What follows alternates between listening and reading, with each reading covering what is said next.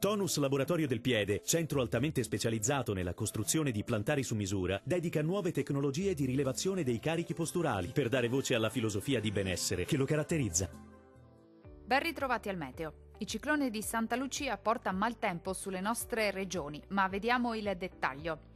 Sul Veneto il tempo risulterà spiccatamente instabile su tutti i settori. Sin dal mattino e per tutto l'arco della giornata avremo infatti piogge piuttosto diffuse ovunque. Qualche pausa più soleggiata solamente sul Veronese. Locali nevicate sui settori alpini, anche a bassa quota.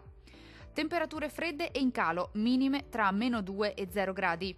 Valori massimi compresi invece tra 1 e 4 gradi circa. Vediamo ora che tempo farà sul Friuli Venezia Giulia.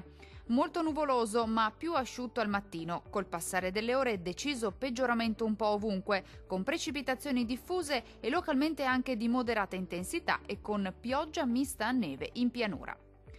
Temperature in diminuzione con minime tra -1 e 0 gradi. Valori massimi oscillanti invece tra 3 e 4 gradi circa.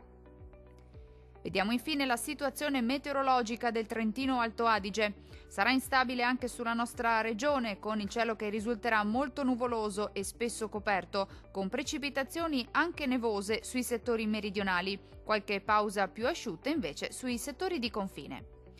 Temperature minime tra -1 e 0 gradi. Valori massimi oscillanti invece tra 5 e 7 gradi. Dal meteo di Antenna 3 per ora è tutto. Arrivederci al prossimo aggiornamento.